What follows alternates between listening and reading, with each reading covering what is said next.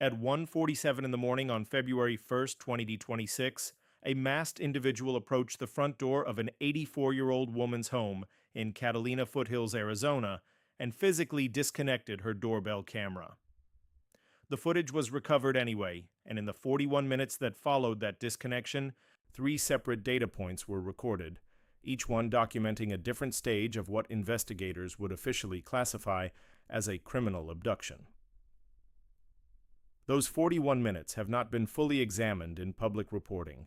Nancy Ellen Guthrie had been home for less than 4 hours when that camera went offline.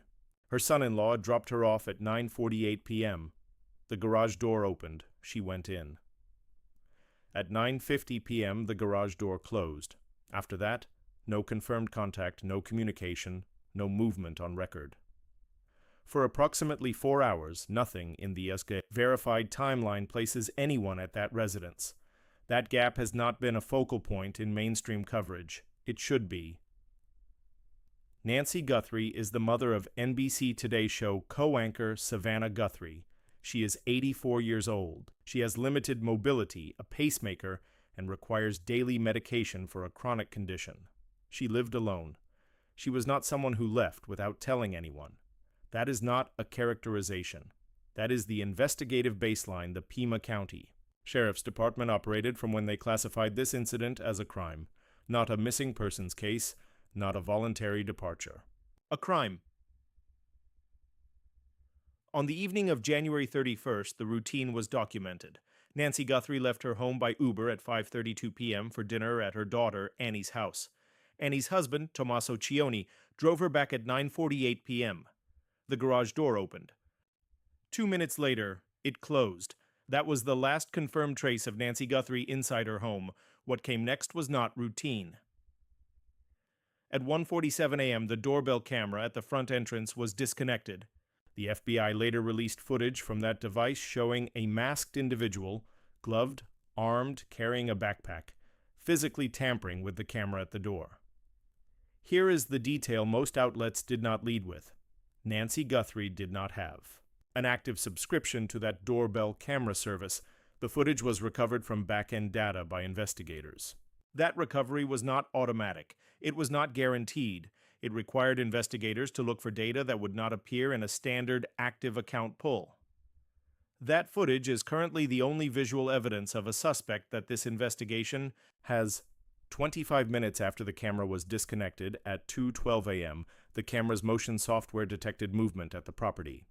16 minutes after that, at 2:28 a.m., the pacemaker application on Nancy Guthrie's phone lost its connection to her device. Her phone was found inside the home. It had not been taken. That sequence, camera disconnect, then movement, then pacemaker drop, represents the only documented evidence of what happened between 9:50 p.m. and the moment the family arrived the following morning. The pacemaker. Data is among the most forensically specific pieces of evidence in this case. It has received limited focused analysis in public reporting. Pacemaker devices transmit health data remotely through a paired phone application. When that connection dropped at 2:28 a.m., one of two conditions was present. Either the device moved beyond the phone's communication range or the device itself stopped transmitting. The phone was recovered inside the home. The pacemaker was not. That data point places Nancy Guthrie outside her own home, or at minimum places her pacemaker outside communication range of her phone. At 2:28 a.m. on February 1st, Pima County Sheriff's Department confirmed the abduction. Designation on February 2nd, supported in part by bloodstains found at or near the front entrance of the residence. DNA analysis confirmed those stains were Nancy Guthrie's, bloodstains at the point of exit, consistent with forced removal. That was the official assessment. On February 5th, the Pima County Sheriff's Department and FBI held a joint press conference. A $50,000 reward was announced. The same week, a federal arrest was made, an individual who had sent a fraudulent ransom demand to media organizations. That person was not connected to the abduction. The distinction is important because multiple ransom communications had reached media outlets in the days following the disappearance. Some were determined to be fraudulent, others remained under law enforcement review. As of April 6, 2020, more than 2 months into the investigation, new purported ransom communications were received. Their authenticity has not been confirmed. No proof of life has been publicly established. Between February 10th and 13th, the FBI publicly released stills and video from the doorbell camera footage. During the same period, investigators executed search warrants in the Rio Rieco area of southern Arizona and at a nearby residence. Individuals were detained and questioned. Items were seized for forensic analysis. No arrests followed. No charges were filed. What those searches produced, beyond the seizure of items, has not been disclosed. Here is where the public record contains its most significant unresolved tension. Investigators collected DNA from the residence. Unknown and mixed profiles from multiple locations within the home. None of those profiles matched any record in CODIS, the national DNA database maintained by the FBI. Law enforcement sources have indicated that genealogy databases are under active consideration as a next analytical step. That process, sometimes called investigative genetic genealogy, has been used in other cold and active cases to identify unknown contributors from partial DNA profiles. As of the latest verified information, no match has been publicly confirmed. Gloves were also recovered as part of the evidence. The FBI described the individual in the doorbell footage as wearing gloves. DNA recovered from at least one of those gloves was analyzed. The result, the profile traced to an unrelated individual, not the unknown suspect, not a person connected to the abduction. That result has not been publicly explained in full. An unrelated DNA profile on a glove at a crime scene is not automatically a dead end. Gloves can be repurposed. They can be purchased secondhand or taken from another location. But that result introduced a question the investigation has not yet publicly resolved. Where did that glove originate, and how does its DNA profile fit into the physical evidence collected from the scene? That question remains open. There is a second area of tension in the documented record, and it involves the conduct of the investigation itself. Anonymous sources, cited across multiple regional outlets in the weeks following the abduction, raised concerns about whether the lead investigators assigned to this case had sufficient prior experience handling abduction cases of this complexity. Separate questions were raised about whether the crime scene was released before the forensic processing was complete. Pima County Sheriff Chris Nanos addressed those characterizations directly and publicly. He stated that the department handled the investigation appropriately and that the claims were inaccurate and harmful to the ongoing effort to locate Nancy Guthrie. Both the characterizations and the denial are part of the public record. Neither has been independently resolved through official disclosure.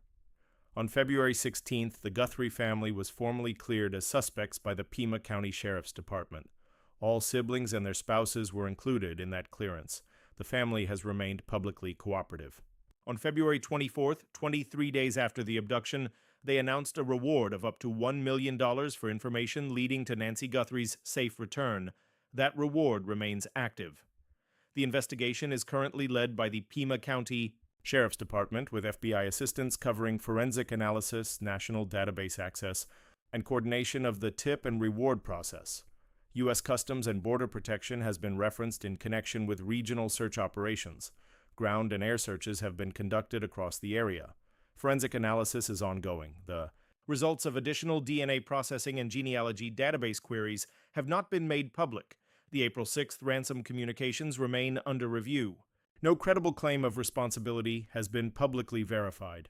When the confirmed sequence is examined in full, the 4-hour quiet window before entry, the camera disconnected before the door was approached, the phone and medications left. Behind, the pacemaker data dropping from outside the home. What the evidence describes is a planned operation. The camera was not disabled after entry. It was disabled before. The phone was not taken. The medications were not taken. The items that would indicate where Nancy Guthrie was going were left behind because she was not going anywhere by choice. Someone knew the property, someone knew what devices were present, and someone arrived prepared for all of it. The Pima County Sheriff's Department and FBI continue to ask anyone with information to contact their tip line. The $1 million reward remains in place as of April 9, 2026, 68 days since Nancy Guthrie was taken from her home. No suspect has been publicly identified. No arrest has been made in connection with the abduction. The investigation remains open. What happened in those 41 minutes is documented in fragments. A camera, a motion sensor, a pacemaker transmission that went silent. Who was responsible has not been answered.